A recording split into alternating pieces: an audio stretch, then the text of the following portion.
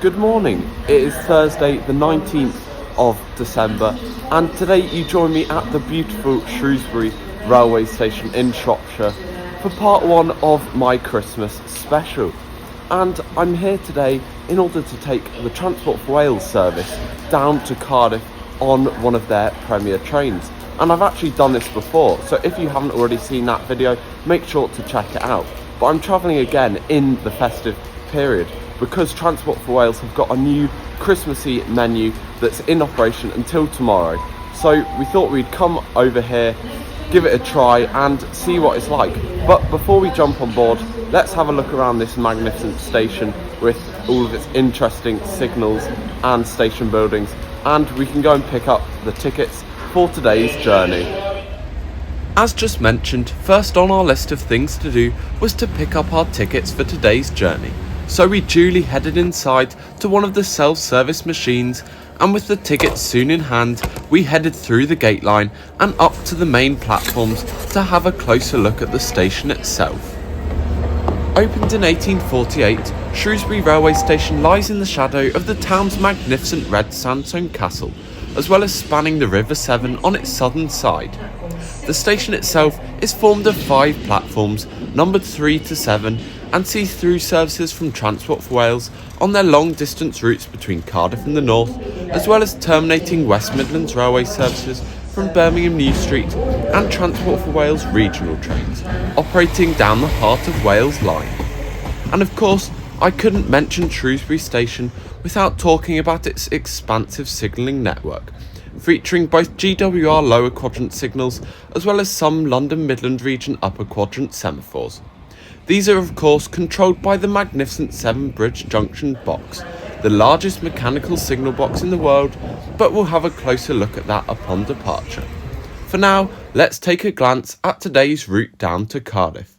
Upon departure from Shrewsbury, we take the Welsh Marches line down to Newport, making stops at Ludlow, Leominster, Hereford, where we visited previously in one of my first ever vlogs, Abergavenny and Cwmbran. After stopping at Newport, we take the South Wales main line for the final part of our journey down to Cardiff Central, where we're due to arrive roughly 2 hours and 6 minutes after departure. This gives us an average speed of 51 miles per hour to cover the 107-mile route through the borderlands and to the Welsh capital. And here's our train for today's journey, one of Transport for Wales's premier sets, formed of a leading driving van trailer, followed by 5 Mark IV carriages and powered by a Class 67 diesel locomotive. And unusually, the first class carriage was located 1 coach from the front of the train, so we headed up the platform and waited to board.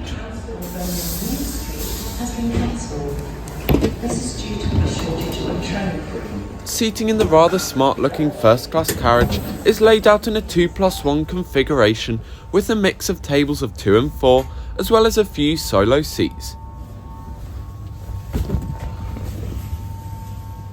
And having taken our seats at a table of 2, we soon departed on time, crossing the River Severn towards the previously mentioned 7-bridge junction signal box. The box itself was built in 1902 and still takes 2 signallers to operate the system on a 24/7 basis, allowing nearly 300 movements per day. Shortly after this, we pass by the Grade 1 listed Shrewsbury Abbey as we leave the market town behind and begin our journey through the Welsh Marches. But before we get any further, it's time to have a look at the all-important seat. Being Mark IVs, the seats were of course absolutely brilliant and are certainly some of the comfiest on the UK rail network, featuring excellent leather padding, a fold-down armrest at every seat, an excellent amount of recline, and both standard plug sockets and USBs, a feature of the refurbishment carried out by Grand Central for their axed route up the West Coast main line to Blackpool, from where these carriages were sourced. And not long later, service began with a basket of fresh pastries being offered round, followed shortly afterwards by hot and cold drinks and menus for hot food. However, instead of being served the Christmas menu, we were unfortunately offered only the breakfast menu. This was due to the fact that originally we had planned to take the departure 2 hours later, but this service had been cancelled, leaving us with the only option of the 11:43 from Shrewsbury if we wanted to avoid being stuck on a DMU the whole way down to Cardiff. So please accept my apologies for the lack of a more Christmassy theme, but it still turned out to be an absolutely delicious experience, as you will see later on. With our table set by the very friendly first class host, we had soon pulled in to our first stop, the market town of Ludlow.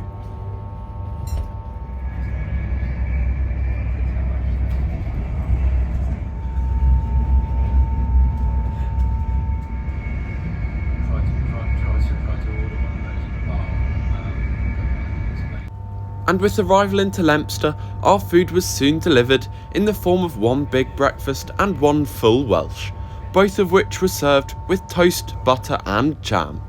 As you can see here, the food was much appreciated, with everything being of high quality and locally sourced where possible.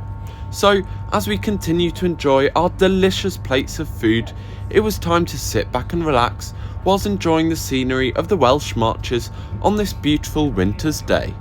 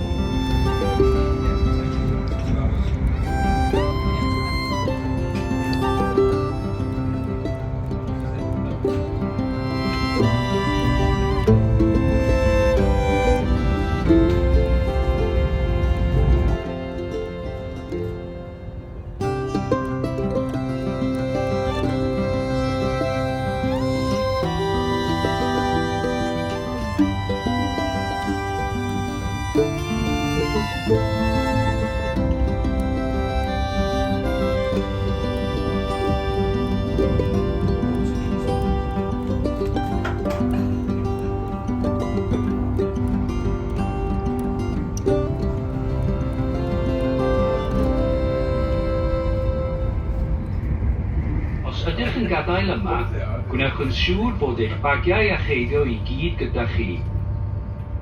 Diolch am deithio gyda Trafnidiaeth Cymru.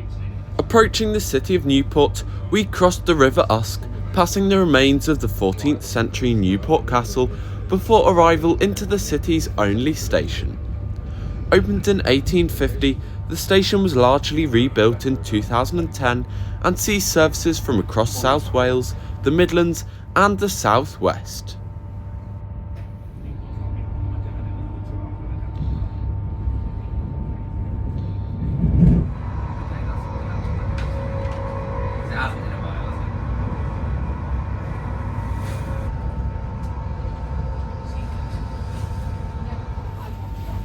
Just over 2 hours after departure, we were pulling into Cardiff Central, concluding today's slightly interrupted journey, which, despite not quite being the full Christmas dining experience, still proved to be an enjoyable trip on one of Transport for Wales's premier sets.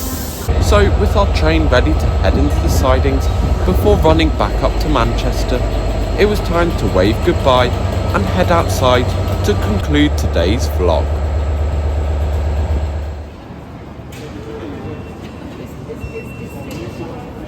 And just over 2 hours later, we have made it to the Welsh capital, Cardiff. And it was a bit of an unexpected twist in events on that train, because we didn't actually get to sample the Christmas menu. It was a breakfast menu instead, as the train left Manchester at 10:30. But everything was still really tasty, so sorry I didn't manage to review the Christmas menu, but it still turned out to be a good journey with Transport for Wales, and maybe next year I'll be able to redo it and we'll be able to do the Christmas menu instead of the breakfast menu. So that's all for now. Please make sure to stay tuned for part 2, where I make my journey home. Thank you for watching as always. If you haven't already, please click the like and subscribe, and I will see you next time.